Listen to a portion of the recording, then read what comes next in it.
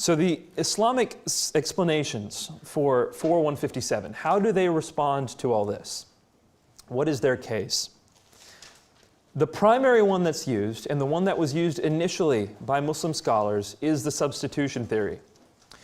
It says that Jesus was not killed, nor was he crucified. So Muslims will often say, Jesus was never even put on the cross. And the next part of the verse says, but so it was made to appear to them. They say, Allah made it look like Jesus was put on the cross. Well, how did he do that? The earliest Muslim explanations for this is that Allah put Jesus' face on somebody else. And somebody else was crucified in his place. Whom, you might ask?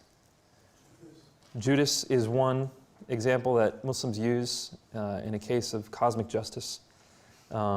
Judas was put on the cross in place of Jesus. Another is Simon of Cyrene. Some of the more apologetically minded folk will say, ah, look, Simon of Cyrene had to carry Jesus' cross. At that time, they confused Simon with Jesus.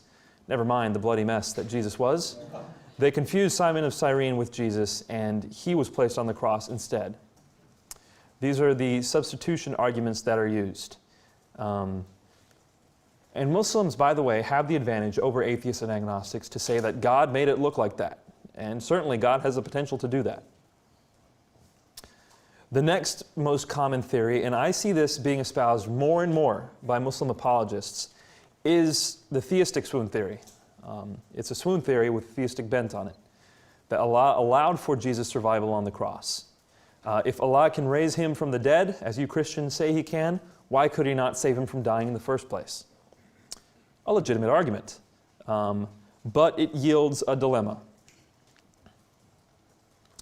And the dilemma is, and I think it's a dilemma for both of these positions, it stems from chapter 3, verse 55 of the Quran. Now, chapter 3, verse 55 of the Quran says that Jesus' disciples would be uppermost until the day of resurrection.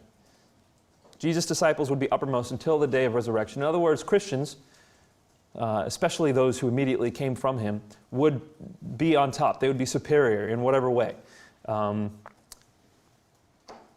To say that Jesus did not die on the cross, but it looked like he died on the cross, would explain why the disciples then went and started preaching the risen Jesus. They thought he died, and then they saw him alive. Now they're preaching the risen Jesus. That makes sense, okay? That fits. But they're doing that because Allah tricked them. You have a deceptive God at this point. In other words, the Christian faith was started because Allah deceived the disciples. If Allah put somebody else's face on Jesus, or if Allah miraculously kept Jesus alive, the disciples who then went out and preached the risen Jesus, they were tricked by Allah. They were deceived. Are they to be blamed? Is it their fault? Maybe the blame should be on them and not on Allah. No, the Quran says, 355, that they were uppermost. The disciples weren't bad. They were good guys, according to 355. So deception has to be on Allah in this case. Or perhaps Allah left that up to Jesus. Jesus explained to them that you didn't die on the cross, and Jesus didn't do it. Then we're left with an incompetent Messiah. Would Jesus really have done that? In fact, we're left with an incompetent Messiah anyway, because Jesus wasn't able to adequately explain to his disciples, no, I'm not God. No, I didn't die on the cross for your sins. He wasn't adequately able to explain that. So the dilemma we're left with here by the Islamic position is we're either given an incompetent God, a deceptive God, or an incompetent Messiah. Regardless, in either case, Allah is responsible for Christianity. And if Christianity is shirk, is the unforgivable sin, then Allah is responsible for creating the religion which led the most people to hell in all of history. Call this the Islamic dilemma.